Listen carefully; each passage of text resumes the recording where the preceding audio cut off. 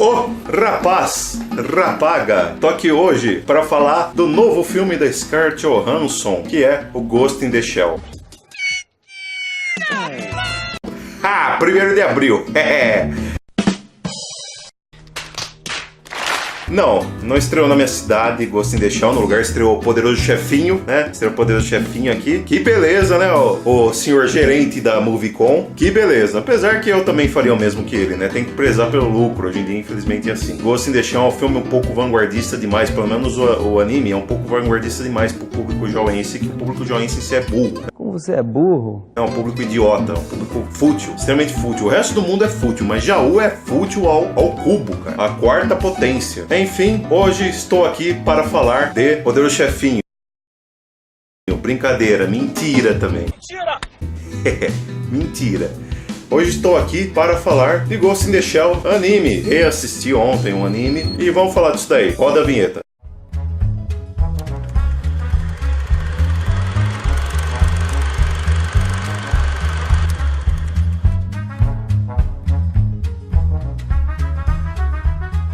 Bom, primeiramente, Ghost in the Shell, o anime, só para deixar claro mais uma vez que o anime é mesmo, é uma animação, é um filme de animação extremamente existencial, tá? Se você vai lá assistir Ghost in the Shell pensando que vai ser uma fita de ação, vai ter pancadaria, vai ser aqueles anime mais violento, né? Aquela coisa, uma pegada meio, sei lá, Cavaleiros do Zodíaco, que tinha um pouco mais de pancada e tudo mais, apesar que Cavaleiros do Zodíaco tem a mitologia e aquelas coisas lá toda.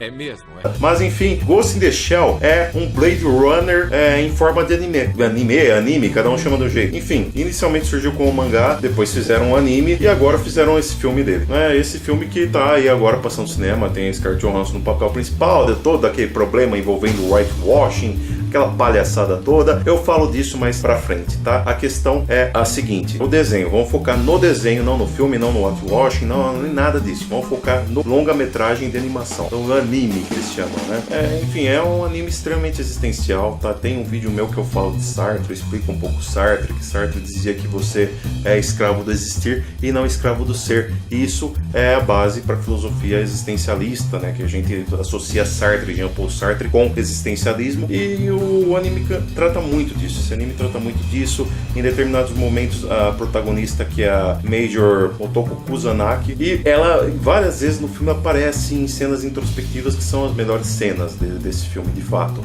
Ela aparece mergulhada lá no oceano, por exemplo, aí quando ela sobe para a superfície, o parceiro de trabalho dela pergunta, não entendo, ele faz uma reflexão, não entendo porque você vem aqui fazer essas coisas que humanos geralmente eram pra fazer, e nem os humanos mais fazem, essa coisa de mergulhar, de ter um contato com a natureza. O parceiro dela, aliás, é o Batou, né? Aí a gente percebe, né, se dá conta de fato que estamos inseridos em um mundo, que já no começo tem uma legenda explicando isso, estamos inseridos em um mundo globalista, no qual todo mundo tá ligado a uma rede de computadores, uma espécie de internet, e todo mundo tá ligado, o cérebro de todo mundo praticamente tá ligado, e é muito comum você ter agentes especializados em crimes virtuais, no caso crimes tecnológicos, sendo a Motoko, a própria Major Motoko, uma dessas agentes, né, trabalha nessa área. Então é um mundo corporativista, é um mundo globalista, é um mundo extremamente poluído, e nisso o design de produção do filme, vamos dizer assim, a direção de arte do desenho da animação, ela se preocupa muito, por exemplo, ela mostra sempre assim aquela cidade extremamente populosa,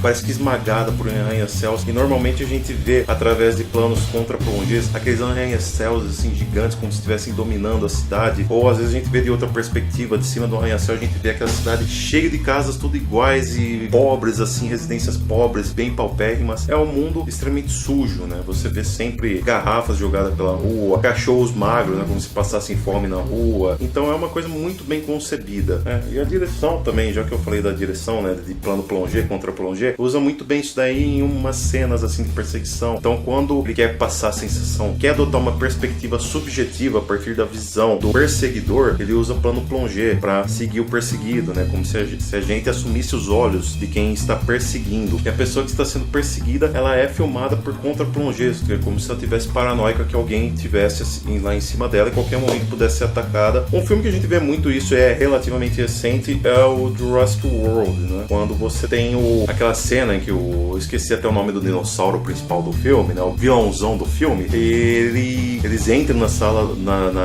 na jaula do bicho e tipo vê que tem a parede tá arranhada e tal, eles começam a falar, puxa, acho que ele fugiu, não sei o que e tal, e aí começa, né, o personagem principal, o Chris Pratt e tudo mais, começa a ser filmado por um plano plongé, né, que plano plongé, você não sabe o que é quando o diretor posiciona a câmera em um ângulo superior àquilo que ele quer filmar, geralmente em 90 graus. Então vamos supor, o objeto que está aqui, é o que está sendo filmado, e a câmera aqui num ângulo de 90 graus. E isso é utilizado no Jurassic World, que dá a sensação que a qualquer momento o dinossauro pode atacar eles e matar todo mundo. É uma coisa fantástica, uma coisa muito legal, muito bem empregada nesse filme. Mas o que chama, realmente destaca, o que chama a atenção é esse futuro distópico que o filme mostra, em que o ser humano aparece dominado pela tecnologia, uma coisa bem estilo Matrix. Não é à toa que esse filme inspirou o Matrix.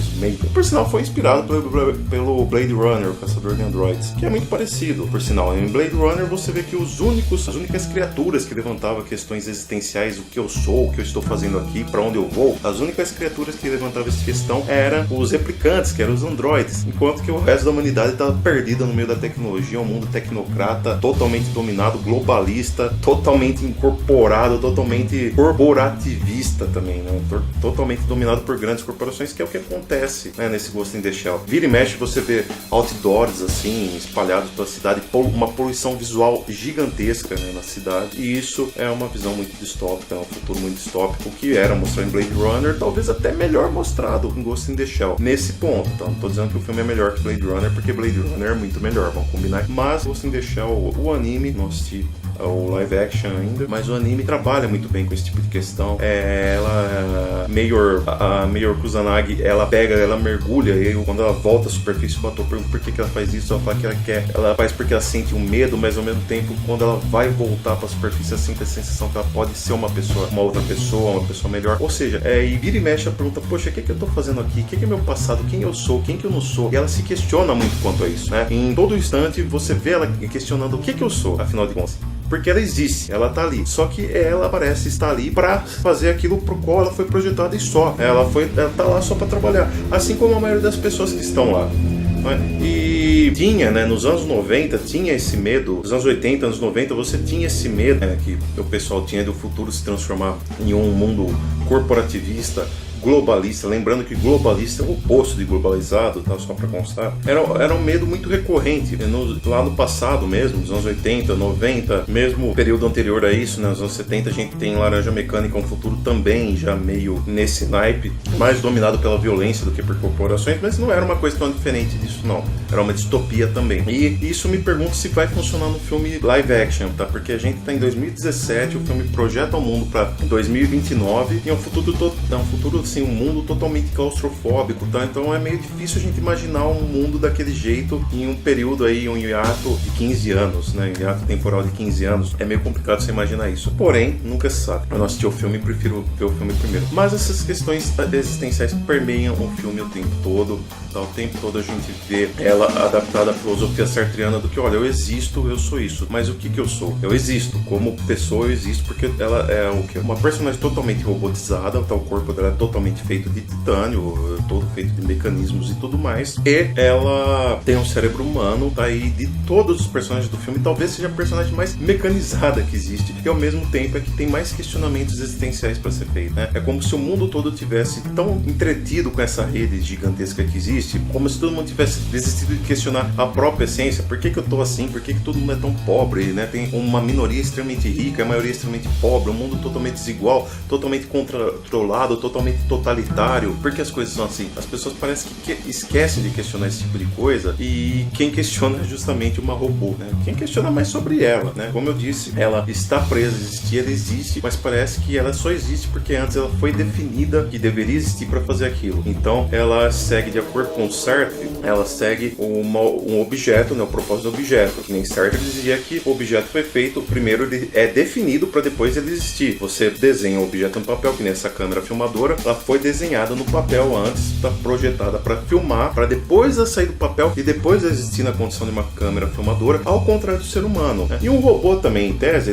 primeiro ele é definido o que é que ele vai fazer, para que ele vai servir, para depois ele ser projetado, depois ele ser construído, depois ele ser feito, e aí sim ele vai existir para aquela função. Porém, você pegar um robô e botar um cérebro, botar uma inteligência artificial, a partir do momento que você dá livre-arbítrio para esse robô, aí ele começa a se questionar, poxa, mas eu fui definido para fazer isso, mas o que eu sou? E é sempre essa questão, o que eu sou, de onde eu vim, pra onde eu vou, essas questões que levam a humanidade adiante, que ofendem a humanidade, faz a humanidade andar em círculos, sei lá, né? O próprio Kubrick meio que deu a entender isso aí, que a humanidade tá andando em círculo, né? Sempre se questionando esse tipo de coisa. Pelo menos o que eu entendo de Uma Odisseia no Espaço é isso, cada um entende uma coisa de Uma Odisseia no Espaço. Eu entendo isso, né? No final, quando a gente tem aquela cena específica, né? A gente vê ali o super-homem, o além do homem, olhando assim o planeta Terra, como se ele parasse de querer olhar pro resto do universo e olhar um pouco mais pra ele mesmo, pra condição dele. Enfim, mas é isso. Sobre o Ghost in the Shell, é um filme excelente, é um filme que eu daria 5 estrelas. Pro anime, eu não assisti live action. Pro anime eu daria 5 estrelas. É um tratado existencial muito bom, é um filme muito... pegou bem as suas origens, ele trabalhou bem as origens baseadas lá no Blade Runner e tal. Ele trabalha muito bem em cima disso. Um mundo totalmente frio, distante, que é muito bem trabalhado em cima da personalidade daquela que é, de longe, a personagem mais humanizada do filme, que é uma robô. Assim como o HAL 9000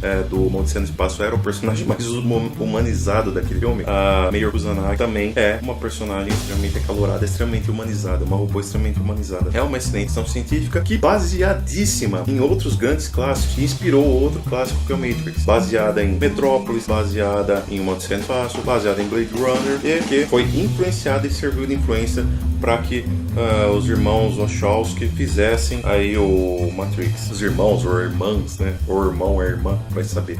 Cada hora é uma. Enfim, é isso. É um filme excelente. Recomendo muito que assista. Se você quiser, tem no YouTube, na íntegra, legendado, bonitinho. Vai lá, se assiste de grátis na faixa. Beleza? É isso. Falou. Fui.